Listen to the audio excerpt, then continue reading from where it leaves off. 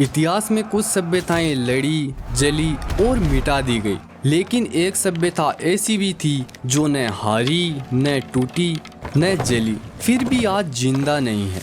आज से करीब 4500 साल पहले धरती पर एक ऐसी सभ्यता मौजूद थी जिसकी सड़कें नापकर बनाई गई थी, जिसके घरों में नालियां थी और जहां गंदा पानी शहर से बाहर जाने का रास्ता जानता था। उस दौर में जब दुनिया के ज्यादातर लोग सिर्फ जिंदा रहने के तरीके खोज रहे थे, तब ये सभ्यता शहर बसाने की कला जानती थी। तो सवाल उठता है, जिस सभ्यता ने शहर बनाना सीख लिया था, वो अपने भविष्य को क्यों नहीं बचा पाई?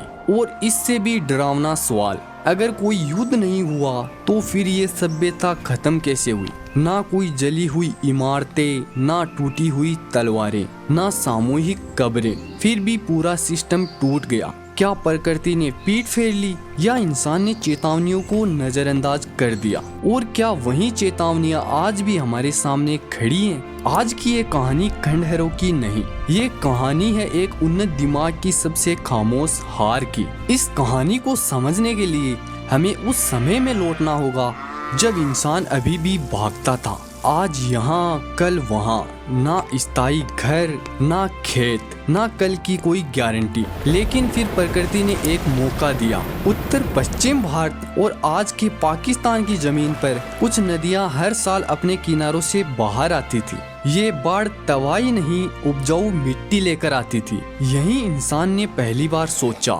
अगर मैं यहीं रुक जाऊं तो शायद जिंदगी और आसान हो जाए। यहीं पर इतिहास बदलने वाला था। शुरुआत बेहद साधारण थी, मिट्टी के घर, हाथ से बनाए बर्तन, खेतों में शुरुआती खेती। लेकिन धीरे धीरे सब कुछ बदलने लगा। लोग सिर्फ साथ नहीं रहने लगे, लोग साथ सोचने लगे, किसे क्या काम करना है, कौन खेती करेगा, कौन औजार बनाएगा। काम बटा, समय बचा और सोच आगे बढ़ी। यहीं से सभ्यता का बीज असली रूप लेने लगा। दुनिया की ज्यादातर प्राचीन सभ्यताएं ताकत पर खड़ी थी, राजा, सेना, डर।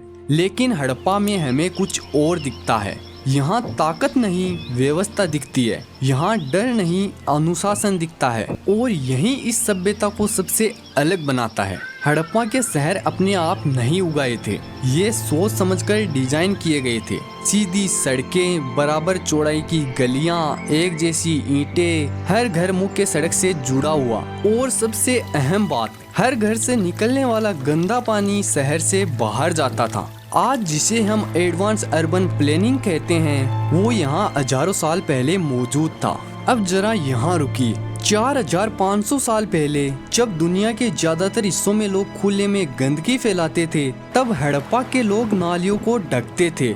मतलब साफ है, ये लोग जानते थे कि बीमारी कैसे फैलती है। ये सिर्फ इमारतें नहीं बना रहे थे, ये एक सिस्टम बना रहे थे। हड़प्पा के घरों को देखें तो कुछ बड़े थे, कुछ छोटे थे, लेकिन कोई विशाल महल नहीं, कोई राजा का किला नहीं। इसका मतलब क्या है? या तो यहाँ कोई राजा नहीं था, या फिर राजा भी आम इंसान की तरह ही रहता था। और यही सवाल इतिहासकारों को आज तक परेशान करता है। हड़प्पा के लोग सिर्फ अपने शहर में बंद नहीं थे, उनका व्यापार दूर दूर तक फैला था। एक जैसे बाट तोल, एक जैसी ईंटें, एक जैसी मुहरें। इसका मतलब पूरे इलाके में नियम एक जैसे थे और नियम बिना नियंत्रण के नहीं चलते। अब तक सब कुछ शानदार लग रहा है, शहर चल रहे हैं, लोग सुरक्षित है, प्रकृति साथ दे रही है। लेकिन इतिहास में सबसे खतरनाक पल वहीं होता है जब सब कुछ सही लगने लगता है, क्योंकि यही इंसान सवाल पूछना बंद कर देता है। और हड़प्पा भी यहीं पर सबसे बड़ी भूल करता है।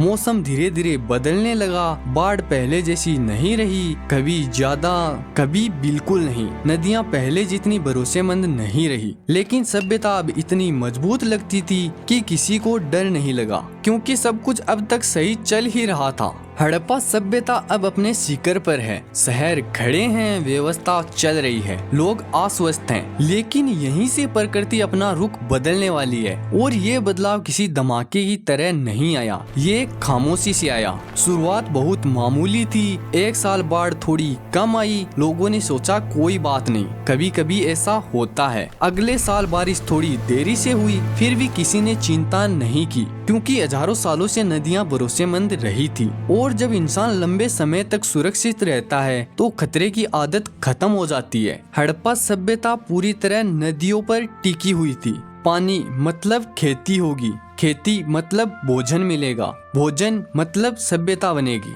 लेकिन अब नदियों का व्यवहार बदलने लगा था। कभी पानी ज्यादा, कभी बहुत कम, कभी बाढ़ फसलों को बहा ले जाती, कभी सूखा जमीन को फाड़ देता। ये बदलाव तेज नहीं था, यही वजह थी कि कोई घबराया नहीं। जब मौसम बदलता है तो सबसे पहले खेती प्रभावित होती है। हड़प्पा के किसान अब पहले जितनी उपज नहीं पा रहे थे, भंडार धीरे धीरे कम होने लगे थे। लेकिन शहरों में अब भी अनाज था, और जब तक भंडार भरे रहते हैं तब तक खतरा असली नहीं लगता। यहाँ हड़प्पा के लोगों ने एक मानवीय गलती की। उन्होंने सोचा ये अस्थायी है, अगले साल सब ठीक हो जाएगा। लेकिन इतिहास गवाह है, जब प्रकृति बदलती है तो वो अनुमति नहीं लेती। हड़प्पा के शहर बहुत उन्नत थे, लेकिन उन्नत शहरों की एक कमजोरी होती है, उन्हें लगातार संसाधन चाहिए, पानी, खाना, लकड़ी। और जैसे जैसे प्रकृति कमजोर हुई, शहरों पर दबाव बढ़ता गया। हड़प्पा सभ्यता दूर दूर तक व्यापार करती थी, लेकिन जब खुद के शहर संकट में आते हैं तो व्यापार सबसे पहले टूटता है। कम अनाज, कम सामान, कम लेन देन, और जैसे जैसे व्यापार रुका, शहर अकेले पड़ने लगे।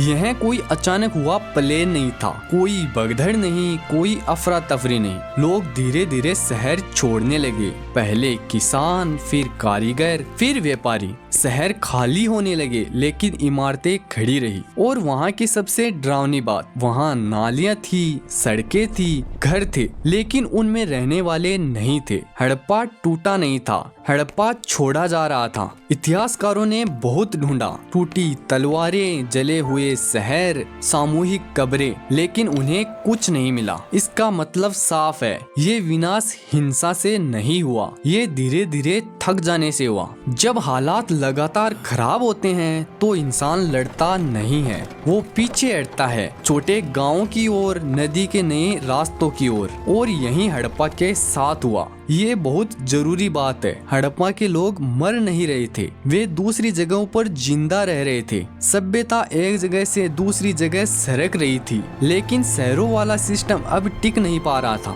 अगर कोई अचानक हमला करता तो लोग एकजुट हो जाते, लेकिन जब खतरा धीमा हो तो इंसान उसे आदत बना लेता है। और यही हड़प्पा के साथ हुआ। अब हड़प्पा टूट चुका है, लेकिन पूरी तरह नहीं। कुछ शहर अब भी खड़े हैं, कुछ लोग अभी भी रुके हुए हैं। लेकिन सवाल ये है, क्या अब वापसी संभव है या ये सिर्फ समय की बात है? हड़प्पा सभ्यता एक शहर नहीं था, ये कई शहरों का नेटवर्क था। जब एक शहर कमजोर पड़ा तो लोग दूसरे शहर की ओर गए। लेकिन समस्या ये थी, प्रकृति हर जगह बदल चुकी थी। नदियाँ अब पुराने रास्तों पर नहीं थी, बारिश अब भरोसेमंद नहीं थी, खेती अब पहले जैसी नहीं रही, और बिना खेती कोई भी शहर जिंदा नहीं रह सकता। धीरे धीरे जो हुआ वो बेहद खामोश था। शहरों की मरम्मत बंद हो गई, नालियाँ साफ नहीं हुई, ईंटें टूटने लगी, लेकिन कोई नई इमारत नहीं बनी, क्योंकि शहर बनाने के लिए भविष्य पर भरोसा चाहिए,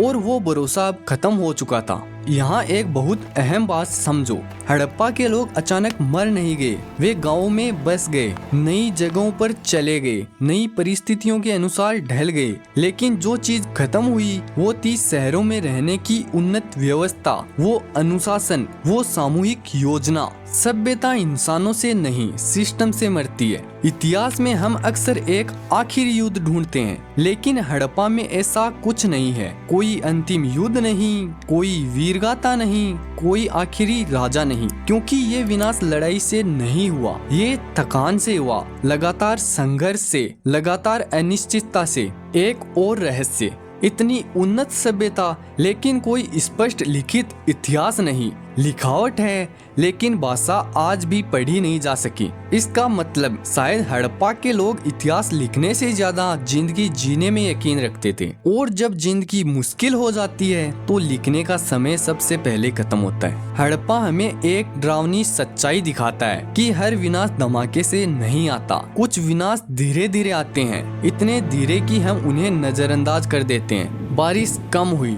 कोई बात नहीं, नदी बदली, अभी भी पानी है, फसल घटी, अगले साल ठीक हो जाएगा। और यही सोच सभ्यता को खोखला कर देती है। अब सबसे अहम सवाल, क्या हड़प्पा पूरी तरह मर गया या फिर वो आज भी हमारे आसपास मौजूद है? जब भी कोई समाज प्रकृति को हल्के में लेता है, जब भी कोई सिस्टम अपने संसाधनों पर जरूरत से ज्यादा दबाव डालता है, जब भी हम कहते हैं सब ठीक चलता रहेगा, तो हड़प्पा वहाँ मौजूद होता है। इतिहास हमें डराने के लिए नहीं होता, इतिहास हमें सावधान करने के लिए होता है। हड़प्पा इसलिए खास नहीं है कि वो कितना उन्नत था, हड़प्पा इसलिए खास है क्योंकि वो अपनी ही असफलता के बोझ तले दब गया। हड़प्पा सभ्यता न कमजोर थी न ही मूर्ख, लेकिन वो ये समझ नहीं पाई कि हर सिस्टम को बदलाव के लिए तैयार रहना पड़ता है, और जो सभ्यता बदलाव से पीछे रह जाती है वो इतिहास बन जाती है। हड़प्पा आज खंडहर है, लेकिन उसकी कहानी खत्म नहीं हुई। वो हर उस इंसान से पूछती है, क्या हम आने वाले बदलाव को देख पा रहे हैं या हम भी वहीं कह रहे हैं अभी तो सब ठीक है, क्योंकि इतिहास खुद को दोहराता नहीं, लेकिन जो सुनते नहीं उन्हें वही सबक फिर से सिखाता है। अगर आपको ये जानकारी पसंद आई हो